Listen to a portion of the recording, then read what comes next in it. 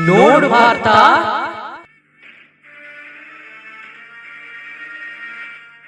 ಕ್ಲೈಬ್ರಹ್ಮ ಅಸ್ಮಗಂ ಪಾರ್ಥ ನೈತತ್ಪಯೋಪಪದ್ಯತೆ.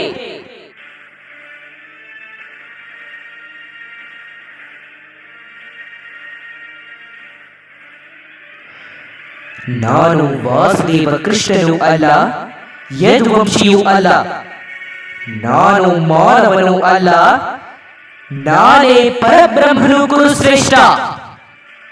ನಾನೇ ಸತ್ಯ, ಜ್ಞಾನ ಹಾಗೂ ಧರ್ಮವಾಗಿರುವೆ. ನನ್ನ ಅನುಮತಿಯಿಂದಲೇ ನೀವು ಜೀವಿಸುತ್ತಿರುವಿರಿ, ನನ್ನ ಅನುಮತಿಯಿಂದಲೇ ನೀವು ಯುದ್ಧ ಮಾಡುತ್ತಿರುವಿರಿ, ನನ್ನ ಅನುಮತಿಯಿಂದಲೇ ನೀವು ಮೃತ್ಯುವನ್ನು ಪಡೆಯುತ್ತೀರಿ. ನನ್ನನ್ನು ಕ್ಷಮಿಸಿಬಿಡು ವಾಸುದೇವ. ನನಗೆ ನಿಮ್ಮ ವಾಸ್ತವಿಕ ರೂಪದ ಅರಿವಿರಲಿಲ್ಲ. ನೀವು ಅವಶ್ಯವಾಗಿ ನನ್ನ ವಧೆ ಮಾಡಬಹುದು, ಆದರೆ ನೀವು ನನ್ನ ವಧೆ ಮಾಡಲು ನಿಮ್ಮ ಪ್ರತಿಜ್ಞೆಯನ್ನು ತ್ಯಜಿಸಲು ಸಿದ್ಧರಾಗುವಿರಿ. ಅವಶ್ಯವಾಗಿ ನನ್ನದು ದೊಡ್ಡ ದೋಷವೇ ಇರಬಹುದು. ಏನು ದೋಷ ನನ್ನದು ವಾಸುದೇವ, ಹೇಳಿ. ಅಜ್ಞಾನವೇ ನಿಮ್ಮ ದೋಷ ಮಹಾಮಹಿಮರೇ. ನೀವು ಧರ್ಮದ ವಾಸ್ತವಿಕ ರೂಪವನ್ನು ಅರಿಯಲು ಎಂದಿಗೂ ಪ್ರಯತ್ನವೇ ಮಾಡಲಿಲ್ಲ. ಕರುಣೆಯ ಚಾವಣಿಯಡಿಯಲ್ಲಿ ಎಲ್ಲಿಯವರೆಗೂ ಸಮಗ್ರ ವಿಶ್ವವೇ ಒಂದಾಗುವುದಿಲ್ಲವೋ ಅಲ್ಲಿಯವರೆಗೂ ಸಮಾಜದಲ್ಲಿ ಧರ್ಮವು ಅಪೂರ್ಣವಾಗಿರುತ್ತದೆ.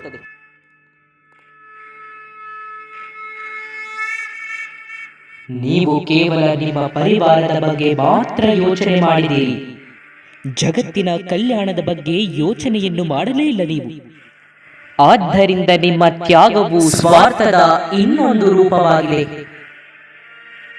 ನಾನು ನನ್ನ ತಂದೆಯ ಸುಖಕ್ಕಾಗಿ ರಾಜ್ಯವನ್ನು ತ್ಯಾಗ ಮಾಡಿದೆ. ಆಜೀವನ ಬ್ರಹ್ಮಚರ್ಯದ ಪ್ರತಿಜ್ಞೆ ಮಾಡಿದೆ. ಇದರಲ್ಲಿ ಯಾವುದೇ ಸ್ವಾರ್ಥ ಇರಲಿಲ್ಲ ವಾಸುದೇವ.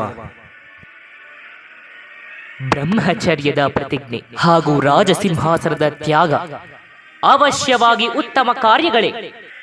ಆದರೆ ನೀವು ನಿಮ್ಮ ಸಮಾಜದ ಪ್ರತಿ ನಿಮ್ಮ ಜವಾಬ್ದಾರಿಗಳ ತ್ಯಾಗವನ್ನೇಕೆ ಮಾಡಿದಿರಿ ಮಹಾಮಹಿಮರೇ? ಕುರುವಂಶದಲ್ಲಿ ಪರಸ್ಪರ ಸಂಘರ್ಷವಾಗದಿರಲೆಂದು, ಹಸ್ತಿನಾಪುರದ ರಾಜಸಿಂಹಾಸನಕ್ಕೆ ಯುದ್ಧವಾಗದಿರಲೆಂದು ಹಾಗೂ ಕುರು ರಾಷ್ಟ್ರದ ಪ್ರಜೆಗಳಿಗೆ ದುಃಖವಾಗದಿರಲೆಂದು ನಾನು ಈ ಪ್ರತಿಜ್ಞೆ ಮಾಡಿದೆ ವಾಸುದೇವ. ನೀವು 4 ದಿಕ್ಕುಗಳಲ್ಲಿ ದೃಷ್ಟಿ ಹಾಯಿಸಿ ಮಹಾಮಹಿಮರೇ.